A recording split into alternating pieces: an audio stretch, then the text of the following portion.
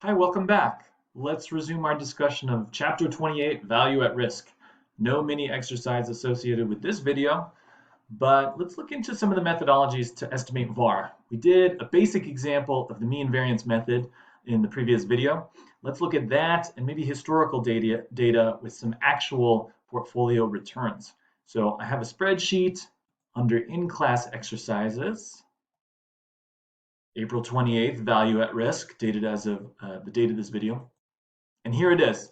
So what we've got is some stuff that looks alarmingly similar to the portfolio management chapter, right? Historical returns for 3 different asset classes. And then we've got a matrix of weights. We have some hypothetical portfolio with 40% invested in the Russell 3000, right? 3,000 biggest stocks by market cap in the US, most of the equity market in the US. Europe, Asia, and the Far East is what EFI stands for, some developed foreign equity index, 40% of our money in that.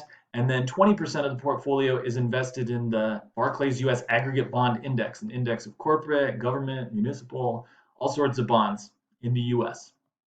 Here's a matrix R, each of the average returns of the historical average returns of the 3 asset classes.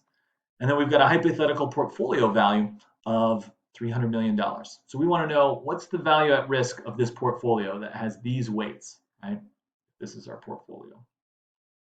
And to do that, we need the mean return and the standard deviation and an associated Z value, right? So let's see how that works here. So the first thing let's do, let's compute this portfolio's expected return. And I'm going to assume we're still kind of conversant in these matrix operations. So I'll go over this kind of briefly, computing the portfolio's expected return. But remember the mmult function? And so a portfolio's average return or expected return is equal to X transpose times R, right? Transpose matrix of weights times the matrix of historical average returns. And then the portfolio variance multiplies 3 matrices together. So we'll use that nested mmult approach where it's X transpose times S, the variance covariance matrix, times X. There we go. And then the standard deviation is just the square root of that. So spend some time trying refamiliarizing yourself with those computations. See the completed version of this spreadsheet for an example. But this portfolio has an average monthly return of 0.782%. And then here's the monthly standard deviation. Remember, we've got monthly historical data over here. So let's find the z-score method or the mean variance method. Let's find the 5% monthly VaR in percent terms. The formula is given right here. Right? So the historical average return, expected return plus the standard deviation times the value that corresponds to the 5th percentile of the normal distribution, a z-score of negative 1.645, just puts this formula into operation, right?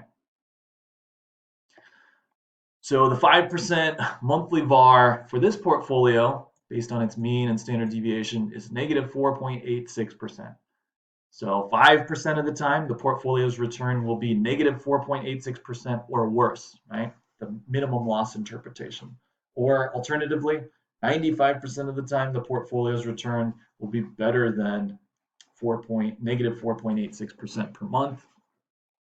And then looking at VaR in dollar terms, if we just take the value at risk in percentage terms and multiply it by the market value of the portfolio, it's pretty common to have a portfolio's value at risk expressed in dollars. So if we just take the portfolio's market value, $300 million, times the monthly VaR, I don't know why the formula formatting changed.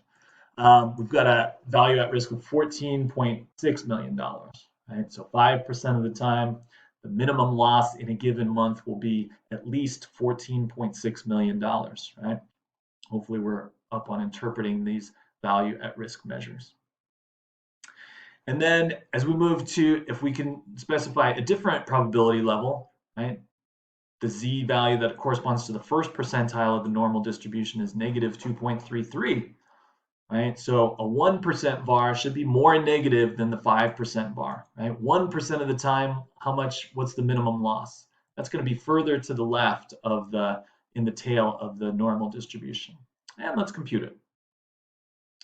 So same formula, just a different z value, right? So the average return plus the standard deviation times the z value that corresponds to the first percentile of the normal distribution. 1% of the time, the portfolio will lose at least 7%, 7.2% in a month, right? 1 out of 20 months, the portfolio return will be at least this bad. And then let's compute that in dollar terms as well, multiplying the monthly VaR in percentage terms times the market value of the portfolio.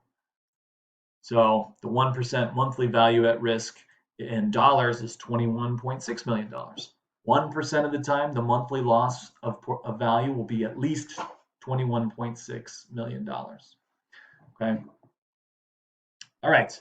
And then 1% of the time, or we could say, the maximum loss interpretation, which I'm really hesitant about, would be 99% of the time the portfolio's monthly loss will be less than $21.6 million. But again, if I'm thinking about risk, I'll probably want to think about, well, what happens in those worst, like 1% of months. So in this video, we use the mean variance method to estimate value at risk for a portfolio in percent and dollar terms. In the next video, why don't we look at historical data to estimate portfolio value at risk and compare our results. Thanks for tuning in.